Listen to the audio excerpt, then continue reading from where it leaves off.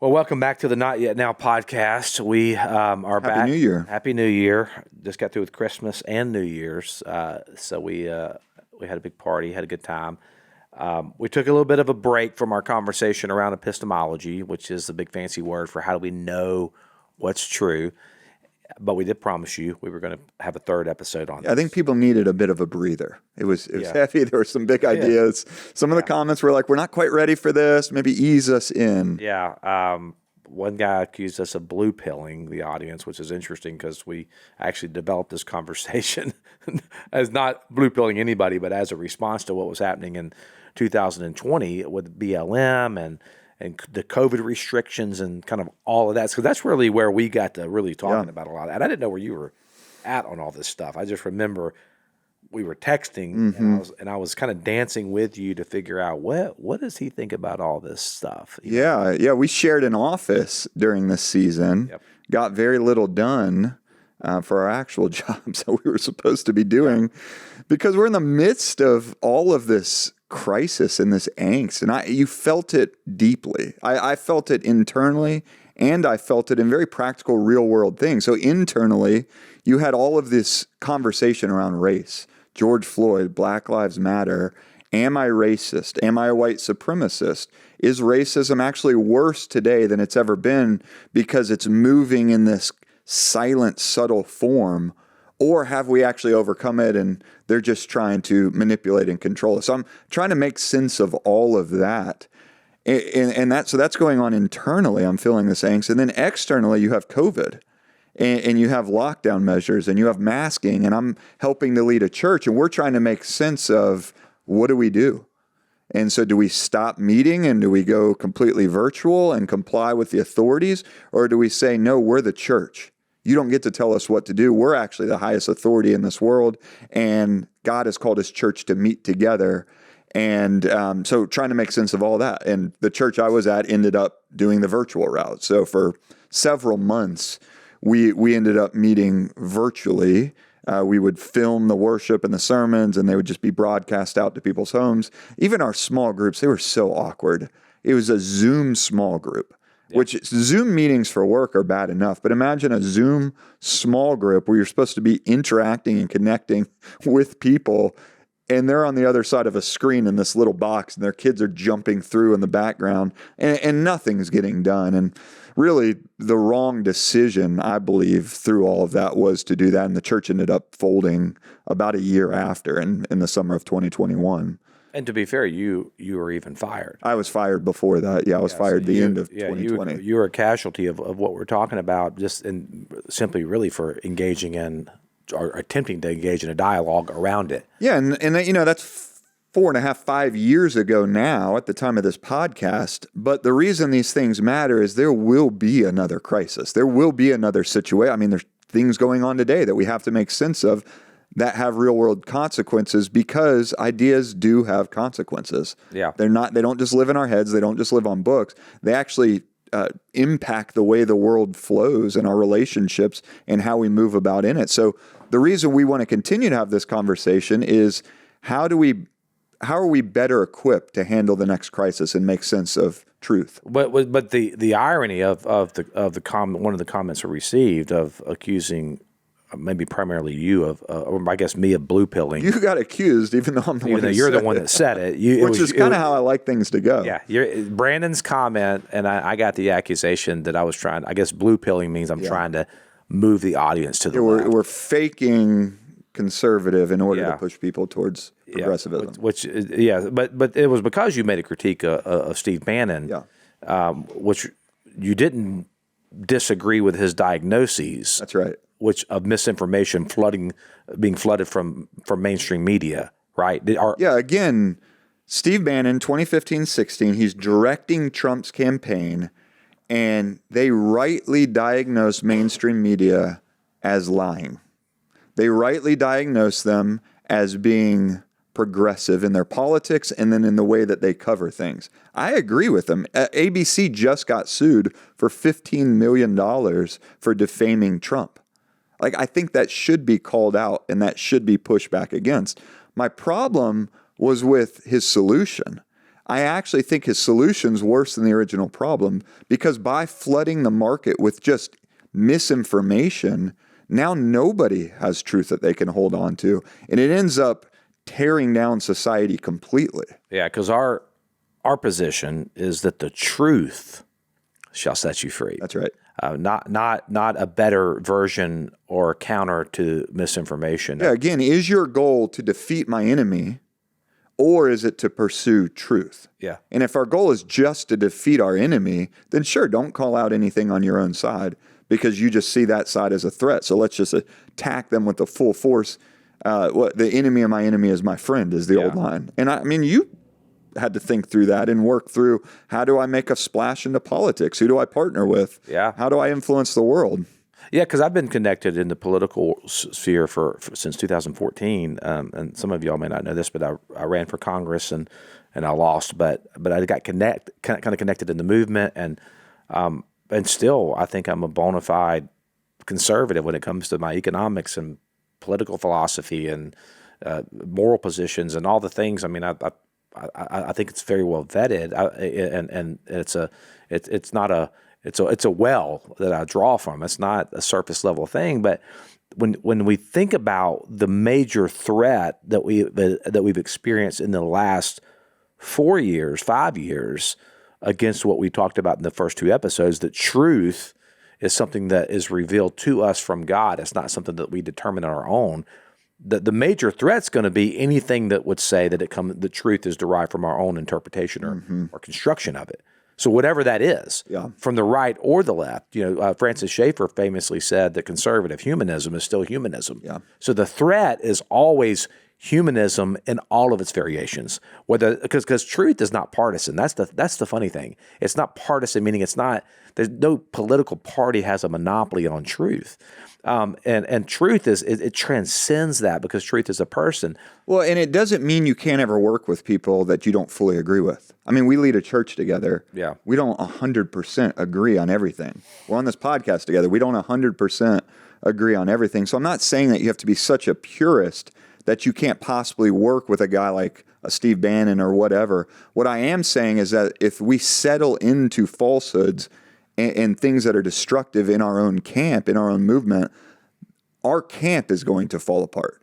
And we're going to splinter and have problems, and we're not going to be able to offer anything good to anybody. Which is that is the lesson from the French Revolution. The lesson from the French Revolution is that because they rightly push back against the elites. Yeah. I believe that. I believe that the rebels or the revolutionaries rightly pressed against an oppressive regime that was living a decadent life, and while everybody else was starving. So that part, the uprising, was correct, but the problem is that they didn't anchor it into something that was unmovable. Mm-hmm. It was an arbitrary anchor. It was humanism, and so the response to tyranny became worse than the tyranny that they were. Far bloodier, which gave way to even a more brutal dictator, Napoleon Bonaparte. And so I think that that's a great lesson for us to learn from, that we have to anchor everything that we're doing in truth. Well, and we're really good at tearing things down. Just by human nature, it's very easy to sit back and critique the other side. And so we're all very good at that. Anyone who's led an organization or a church, you know how easily the critiques come at you. But when you're in the position to make the decision to try to build up and unite people, it's very difficult. So we have to be careful that we don't just fall into critiquing the other side and not look at ourselves and into what we're building. Yeah, because if you look at the anchor of the argument, well, let's go back to 2020 again, because I think that was a time period when there was a lot more anxiety than maybe there is right now, at least from my perspective there was. And primarily because, the conversations around race and sexuality and how do we know what's true, there's a philosophy known as critical theory Twitter's been flooded with this, right? We're going to have Carl Trueman on the podcast, who's written some work that's been very helpful for me, Rise and Triumph of the Modern Self, and then he just wrote another book that he released last year in October around critical theory and explaining its origins and more of an historical look at how this emerged. But but it's a theory. It's a worldview. It's a philosophy that essentially takes truth and puts truth in the eye of the beholder, primarily based on what is your status in terms of oppression. How many times are you intersecting with an oppressed status? For example, you may hear someone say this, like, this is my lived experience. And when they say that, what people mean is you can't really argue with what I'm saying here, because this is my lived experience. And you can't, as a white man, I can't speak into things of race, or I can't speak to any issue that a woman may have, or a trans person may have, or as a white straight male, I can't speak to anything that a gay person issue they may have, because I don't share that status with them. Well, again, taking us back into that moment, summer of 2020, you have George Floyd, you have Jacob Blake, you have Kyle Rittenhouse. All of these things are going on. I'm reading articles that are saying you shouldn't even call it racism. Let's just call it what it is, white supremacy. And so I'm trying to make sense of all of that. And so we ended up getting a group together. There's just a few of us, like 2 or 3 people on your front porch. And I invited another guy from the church. And I said, hey, we're just getting together to talk through some of this stuff, trying to figure out what's going on, do some research together and pray over it. Their response to me was, how many black people are going to be there? How many black people are going to be on the porch? And what they were saying is, if there aren't black people there representing the position of racism against black people, then you really can't even have the conversation. Yeah. And I will say, is it true that people's experiences shapes their reality? Is it true that what we experience we may perceive more readily? Absolutely. If you've gone through something, you can speak to it on a deeper level and sometimes better. But just because I haven't been through something, does that mean I can't have an opinion on it? We would say no, because truth doesn't depend on us. Truth is. Yeah, it is. It's not something that we determine for ourselves, and it's not determined by our lived experience. It's not. Truth is out there. It's reality, and it's when our thought corresponds to that reality. And so when we kind of backed into this episode, because we were asking the question, what's the solution, right? Look at everything that's happened. What we asked the ultimate question, what is the solution? And I love what you said. What was the solution that you said before we started this podcast? Well, you feel all of the anxiety surrounding trying to make sense. For me, if there's something that I don't understand, here's what I typically do. And then I'm going to get to your question, which is basically the opposite of how I do it so often, is I just nosedive into all of it. I'm on Twitter. I'm on Fox News. I'm on CNN. I'm on the New York Times. I'm on MSNBC. I'm trying to listen to podcasts to make sense of all of these different things, because I want to get to every part of it and see if I can piece it together. The problem is that as more information is out there, artificial intelligence pumping stuff, bots on Twitter, it becomes increasingly hard to navigate through it. And so one of the dangers is we fall into one of the words we've talked about, epistemological pragmatism or complacency. And what that is I just don't know. There's too much out there, so I'm going to default to the thing that I want to believe. I'm going to default to the thing that already aligns with the camp that I'm in, and I'm not going to really think too critically about it. That's the danger, is that we end up there. And the way that big tech algorithms are written is it feeds that basement. It feeds you in your basement and corrals us into the corners that are echo chambers of where, like, what do I want to hear? Because that stuff's going to draw me in on Twitter. That stuff's going to draw me in on TikTok, Facebook, YouTube, Instagram, whatever your media outlet is, Google. I mean, it knows what I want to see and what's feeding me. And then I get in this echo chamber, and then my world seems like this is the world. And you wonder, well, why are we so divided? But that is that's what happened, right? Is just a complete division. Yes. And so what is the solution through that? What I want to move towards and what I'm striving to move towards is this idea of a local, embodied community that are submitted to God, to Scripture, and to one another. And then when we put ourselves into that context in humility, honestly seeking truth as a person, I believe that God will reveal himself and make himself known in that place. Yeah, so if that's the solution, which I would totally agree with, and it's what we're trying to accomplish as a church community where we're at now, and then hopefully replicate that out of local embodied communities, that's not what was happening in 2020. So it just wasn't about race. I don't think that it was just about race. I think that I've said this from the beginning. I think COVID restrictions, I think shutting down the church, I think separating people out, 6 feet apart, mask, everything that COVID offered us was to separate people. And you could live pretty much virtually anyways because of the modern advancements in technology.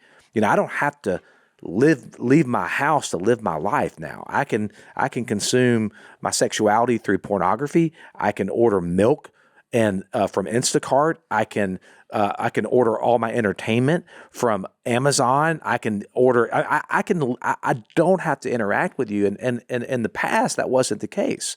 If I needed milk, when my grandparents or my dad was growing up, there was a guy that came by the house called the milkman, and he literally whatever he was, Democrat, Republican, I had to interact with this guy, right? Because I needed milk and he needed to be paid. But in a virtual world, we're becoming increasingly separated.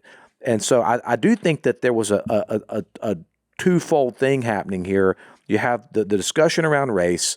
We're not doing life together anymore. There's a lot of churches, like the church that we were at in Louisiana was 40 or 50% African American, 40 or 50% white. We had to figure it out. You know what I mean? But COVID comes and we're apart. Yeah. And so how do you reunite? I mean, one of the solutions as people move into ever increasing diversity and isolation is the strong man at the top. That's when that guy rises up to say, you guys feel separated, let me step in.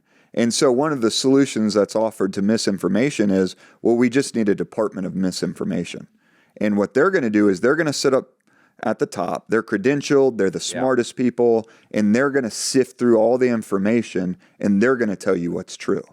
But it doesn't work. The Soviet Union tried this. Yeah. They tried this with setting prices for their economy. Is they had a small board that had to set millions of prices throughout the entire economy. And what happened? Breadlines, starvation.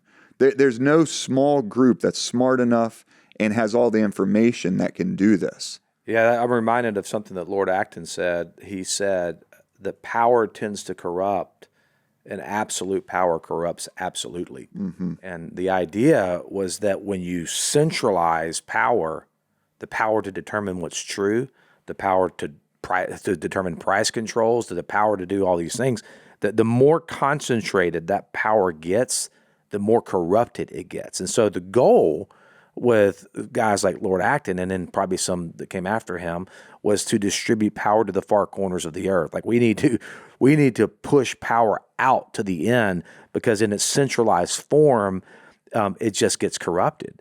And I think that's a great conversation to have about how we even think about truth. Truth can't be determined by a group of power brokers and by a group of intellectuals and by a group of, because it's not determined by men. But what do you think about when you go back and you think, how did the critical theories that were, I guess, in place since the Frankfurt School and even before, if you read Truman's book, I mean, he starts back with Rousseau, the philosopher from the French Revolution. He talks about Nietzsche and Freud and Sigmund Freud and Karl Marx, his Friedrich Hegel. And there's all these philosophers that he writes about of how this entered into the pop American culture, Western culture. Folks may have never read any of those guys, and they may have never even heard of Friedrich Hegel and Hegelian's dialectical model or anything like that. Never heard of that. What are you talking about, Zach? But the implications of his work trickled down. How did they show up? How would you say they showed up in 2020? Yeah, one of the versions we just talked about is standpoint epistemology, this idea that I can only speak to something if I've lived through it. And again, where does that situate the source of truth? It puts it inside of me. I can speak to this because I've lived through it, and I have access to a special kind of knowledge that you can't have access to. But the other thing that the critical theories do is they push us towards a collectivism and an identitarianism. This is where the rise of identity politics comes from. That's a phrase that we throw around. Define identity politics. Identity politics is politics based on the camp that you are in. Yeah. And so you the way that you view yourself in the political world is, I am of this camp, and therefore we believe these things. Well, let me give an example of that. Go back to 2020. Mask or no mask? That tells me everything I need to know about you. How do you answer that question? Vax or no vax? That tells me everything I need to know about you, right? I mean, and I could go down the list of the things there's these things that we identify now with how do we feel about vaccines? We identify with do we wear a mask or not, right? But it's a political identity. Yeah. Have you ever wondered why the Democrat Party was so anti-big pharma for most of my lifetime, all of a sudden became the biggest promoters of the pharmaceutical companies? Well, because the camp shifted and you get in line with your camp. And so rather than thinking critically through each issue, you tend to just follow your tribe.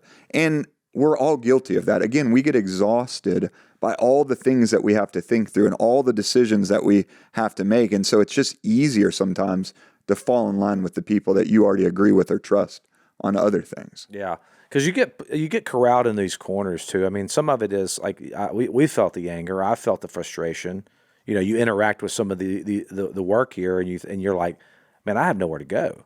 From my position, I have nowhere to go. I have nowhere to turn. I can't even have the conversation. I can't even voice if I voice the things that I'm concerned about, then that's more validity of that I am the thing that I'm being accused of, and like that, you push people into that corner, and it's like a raccoon. You cage a raccoon, and you put him in a cage. The only thing you can do is come out fighting. That's not the response, though, that we think is going to be long term. It's not going to be effective and it's not anchored in who God is. Like there is a truth, there is a foundation for this, and any argument, any philosophy that puts man at the center of determining truth, we would have to reject that as believers and say that's not of God. Yeah, well, and I think a lot of it, for me, I know it goes back to identity even being the ability to understand all things. And so I get in this cycle of anxiety because I see myself as the guy who has to have the answers. You know, in the age of social media, everybody's given a platform. And so we're all expected to be out there and not just be out there. We got to be the first one, and we got to be the loudest one, and we got to say it in the most provocative way so that it stands out and it makes a splash in the cultural moment so that we can be seen as relevant and that we matter and that we're a person worth listening to. And so that leads to an incredible amount of anxiety, and it shortcuts the processes that we use to go through to determine what is true in a moment. Yeah. That's a really good point. I think that when you think about truth, too, as you mentioned in a previous podcast, John chapter 14, the truth is a person. And I think that there's implications of that are far beyond just what that sounds like on the surface. Yeah, Jesus is truth, but no, truth is personified. Mm-hmm. So truth is not a disembodied idea. It's relational in its very foundation. Yeah, well, it's this idea, you can hold something that's true and you can hold it wrongly. Because truth is not just an idea. Ultimately, what truth is it's deeply embedded into this connected series of relationships. So at its most fundamental level, I would say truth is what aligns with reality towards the integration of relationships. Yeah. And that's what I'm basically saying is what Ephesians 4 says, truth in love. Truth is right, it corresponds with reality, and it's love, it connects us. So we can hold truth in this little area over here, and we can do so in a way that drives people away. Yeah. But you can hold things that bring people together, but they're not actually coming together around truth. It's got to be a both and. Yeah, and it can't elevate one group of people over the other. That's right. Group in any form or fashion. I think that is not. I don't see how that's in line with kind of the flow of Scripture.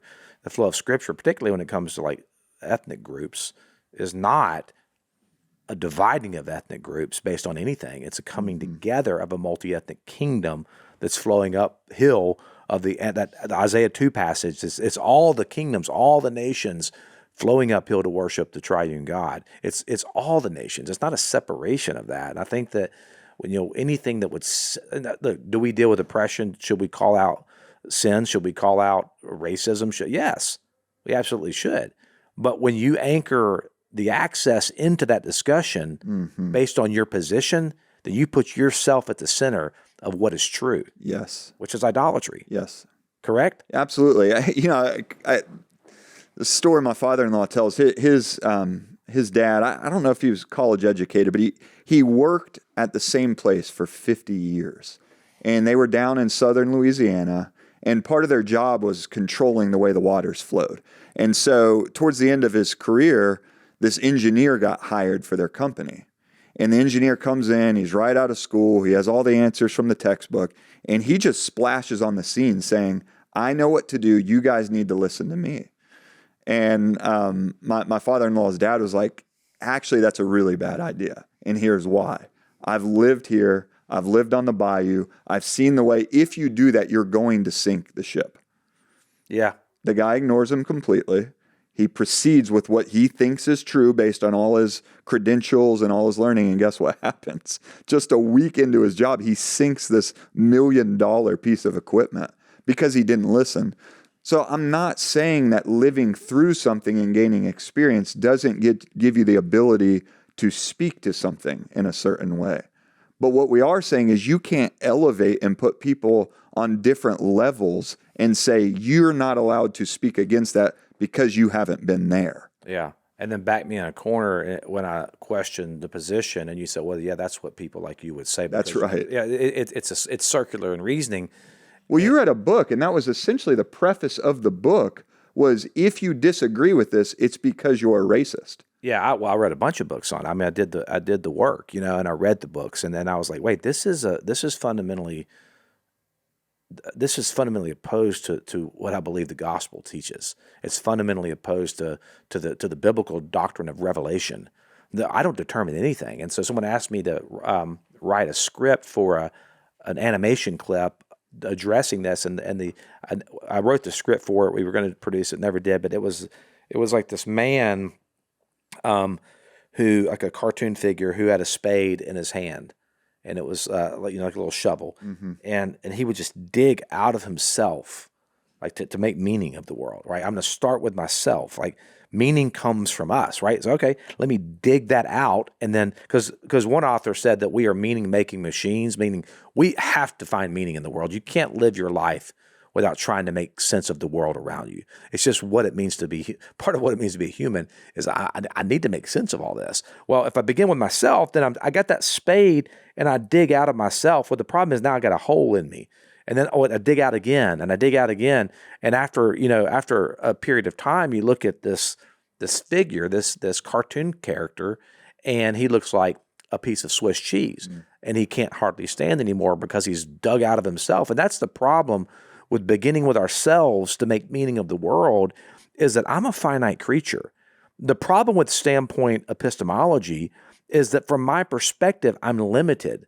From my vantage point, my scope is so limited. Yeah. Like how can I possibly, when you think about how small you are in respect to the vastness of the universe, and you think about how many subatomic particles are in the known universe, I mean, it's astronomical when we think about the size of our universe, and then think about your own physical makeup and the part that you occupy in space. It's almost not even measurable. You're so small, your vantage point. And then now think about the collective knowledge of the known universe, everything that can be known about the universe, all that can be known, and then now juxtapose that to what you know to be true, and what your knowledge, it can't even be calculated. And so if I have to make meaning of the world by beginning with myself, the biggest problem that I have is that I'm a finite creature. I'm so small. I'm too small. I'm too limited to begin with myself. And I think enter in the concept of epistemological humility. Like, we have to recognize that our vantage point can never lead us to know anything, really. We have to appeal to something outside of ourselves. And I think that is what, like, you come to me with that philosophy, and I'm going to be like, okay, let's have a conversation. Yeah. It can be part of our journey, our vantage point, of course, but it doesn't determine where we end up. It doesn't give us validity over someone else. That's right. Yeah, so the way you hear it talked about is only women can speak about abortion. Only homosexuals can speak about gay marriage. Only black people can speak to racism. So I mentioned that book. The preface to that book, and I forget which one it was, is if you disagree with me, it's because you're racist. And so the two options are you're white and you're racist, or you disagree with me because you're racist. And think about what that does to the two camps. And this is really the problem, is it never leads us together. Because on the one side, I can't disagree or I'm racist. My job is to sit here and to listen and to receive and to be told what's true. And then for the other person, it means that they have to be truth to me. Like, that is a very weighty position to put somebody in, that they have to have it all figured out in order to communicate the fullness of truth and reality of everything to do with racism to you. And so it drives us apart. But then how do we approach it differently? There's a Edwin Friedman quote from Failure to Nerve. He says, "The great lesson here for all imaginatively gridlocked systems is that the acceptance and even cherishing of uncertainty is critical to keeping the human mind from voyaging into the delusion of omniscience." A lot of big words there, but I love that. He's basically saying is that how do you find truth? You come together in humility, both recognizing that I'm not God. The source of truth is not me, it's from outside of me. So let's come together in this joint conversation and seek God.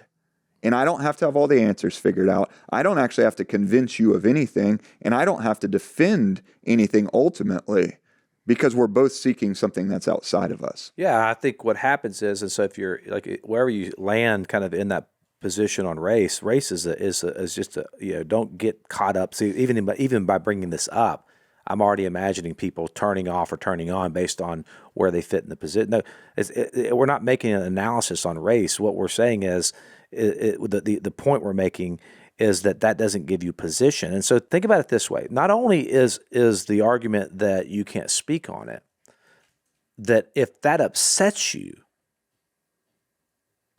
that's further implication of your racism.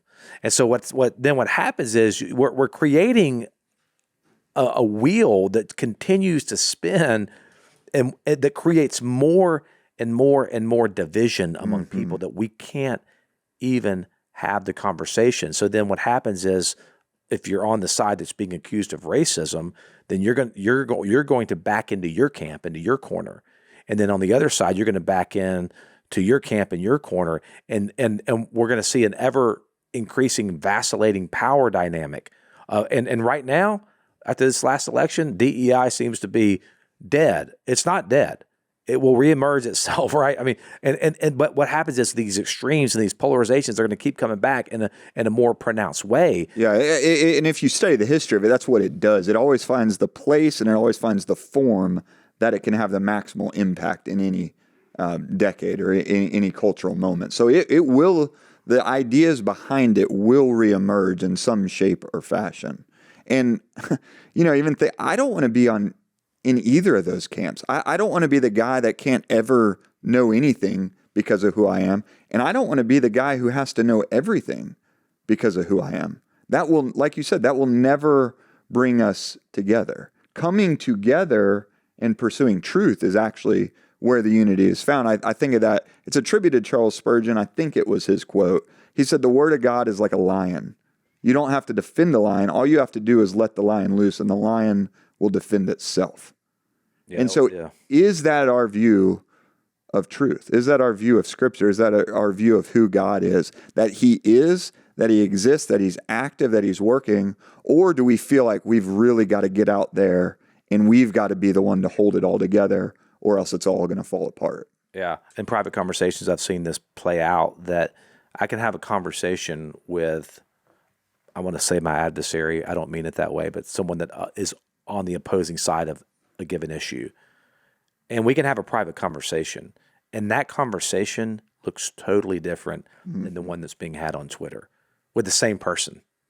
I've seen this play out over and over again. And so I think that I do think that we need to sit around a table more and have a dialogue and an interaction with these concepts.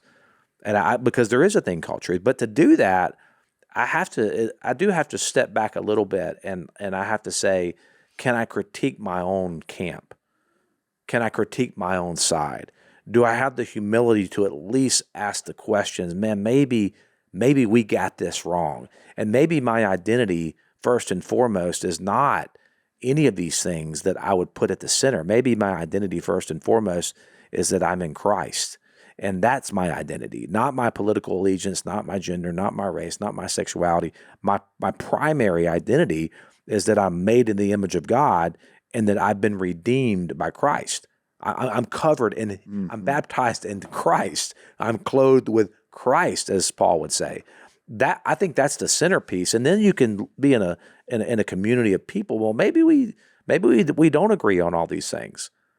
And we're in a community that is kind of like that. Yeah. I mean, I got up to preach right after the election, that following Sunday, and I knew in the room were people with two radically different experiences that week.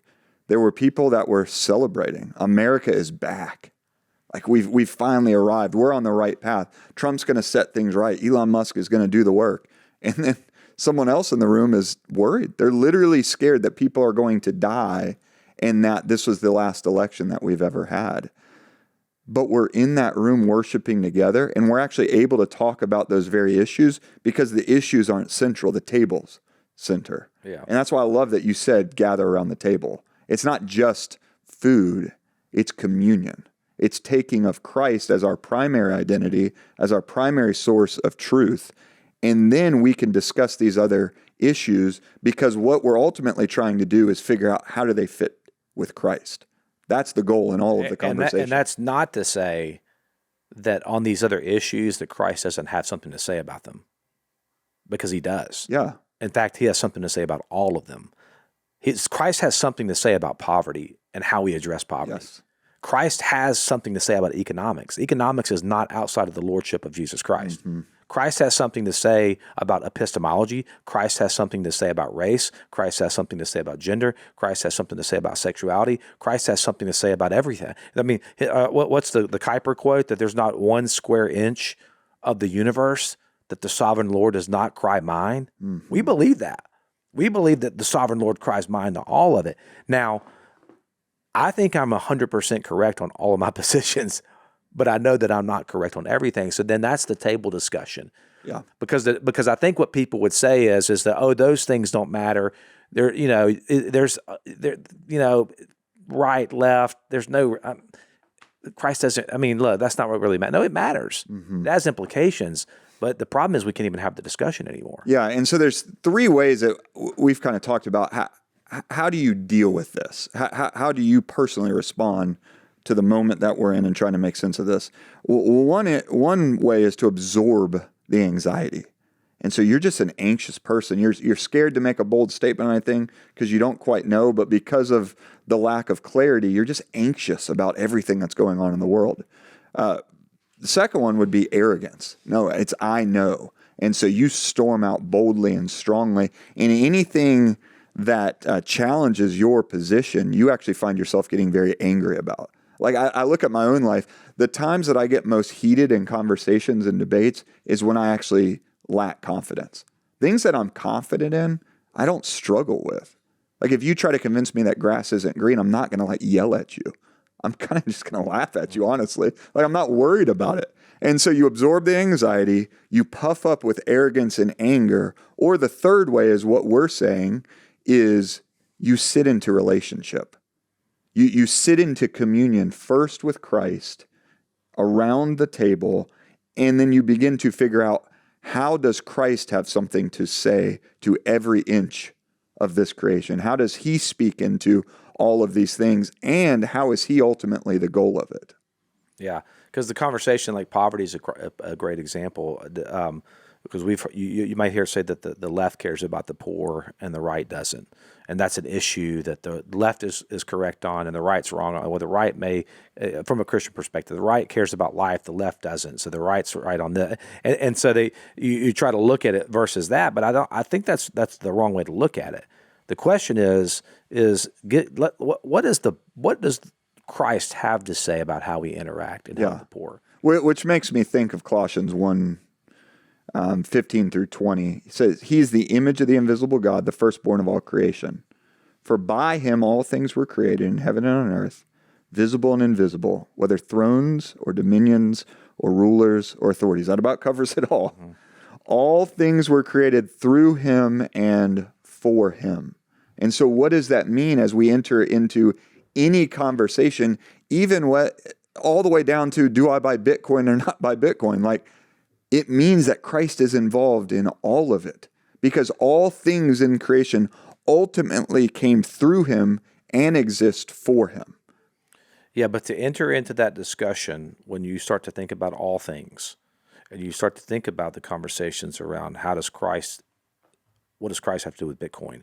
What does Christ have to do with helping the poor? What does Christ have to do with racial reconciliation? What does Christ have to do with name the issue? If you don't begin with what does Christ have to say, we have to start with an anchor that truth does not. We have to start there. Truth doesn't come from me. Mm-hmm. I don't determine it. And if that's true, that I don't determine what's true, then who does determine it? And it's actually not, no one determines it. It just is what it is. It is who God is, and he reveals that to us. And so that's the progression that we have to move into, is we got to start at a place. I think it's the starting place. Wherever you land on any of these issues, like, don't start with the issue. Mm-hmm. Start with the question of, well, how would I know? How would I know? And again, the best way to combat identitarian politics is by not avoiding identity, but by finding your identity in something else. Yeah. And so you find your identity in Christ, and then that frees you up to pursue truth. Because if your identity isn't always knowing, you're going to carry around anxiety and you're going to carry around arrogance. You have to. If what I think matters about me the most is me being smart and you seeing me as smart, then I better have an answer for every single issue. And I better stay 5 steps ahead, because you may ask me a question that I don't know the answer to. It may not even be linked to your intelligence. It may just be linked to the fact that the position I occupy in society is that based on whatever status, I have to determine truth. Yeah. For us. Now, like you said earlier, if I'm carrying that weight, that's a tremendous anxiety. Mm-hmm. That is a tremendous anxiety. And I actually think the root of a lot of the epidemic in anxiety and depression that is an epidemic now is that we are trying to bear reality ourselves. Yes. We have to construct it for ourselves now. We bought into this. I'm constructing my own reality. And the weight of that is overwhelming, particularly in a culture where I get to see you doing the same thing on social media, and what your world looks like, at least from my perspective, it looks a whole lot better than my world. So then I have the fear of missing out on top of this, and it's just compounding these ever increasing levels of anxiety in our heart, because we're taking on something that was never ours to take on. Well, and when I tell you I struggle with this, I struggle with. I mean, I go from scrolling Twitter to needing to take a shower to get out the door, and so I know I can't scroll Twitter in the shower. So I turn on a podcast and I sit it on the shower head so that I can continue to consume information, because I'm so worried about not knowing the answer. And as you talk about a reality that exists outside of my own creation that I can simply fall into, like I feel this tension in my body and in my mind, and the anxiety that I just feel like okay, yeah. I could just fall into someone that actually is holding this together. Because if you think about, like, even just in any subgroup of any argument happening anywhere in the world right now, like the level to which you can go and the amount of information that you would need to be an expert, old Earth versus young Earth, go. UFOs flying over New Jersey. Yeah. What's going on there? Is it our government? Is it Iran? Are they keep it like Pizzagate, Epstein? Yeah. P. Diddy, Calvinism versus Arminianism. I mean, just go down whatever the thing is, and to be an expert. I mean, it's like the amount of things that I have to be an expert on now, and then I can never get. I mean, I can scratch the surface on a few things, but you don't have to be, and that's the thing. We don't have to determine this for ourselves. And I think more importantly, the answer that we started with is this local embodied community. And it's funny when you're in that system and you're sitting across the table from someone, like, man, there's a whole lot more grace, by the way. Yeah. There's a whole lot more grace in where you're at and where where do you have to actually be to sit at the table of Christ? What do you have to have right? In the spirit of the Reformation, it's supposed to be Christ alone, right? But man, we're saying Christ alone, plus make sure you get all your politics right, plus get all your views on this, and then that's just so overwhelming for people that we can't ever experience what God has called us to experience in the local community. Yeah, and this is not anti-intellectualism. Saying that you can't be the master of all things is not throw your hands up in the air and don't pursue it. This is actually the birthplace of true intellectualism. It's finding your identity in Christ. It's falling into Him. It's embodying it into a local community. And then it's from that starting point that you can actually properly pursue truth in a way that doesn't lead to anxiety or arrogance. Yeah, that's good. Well, that's a good ending place for us today. I know we scraped through that one today, but I hopefully that was meaningful for you guys. And until next time, thank you all for joining us.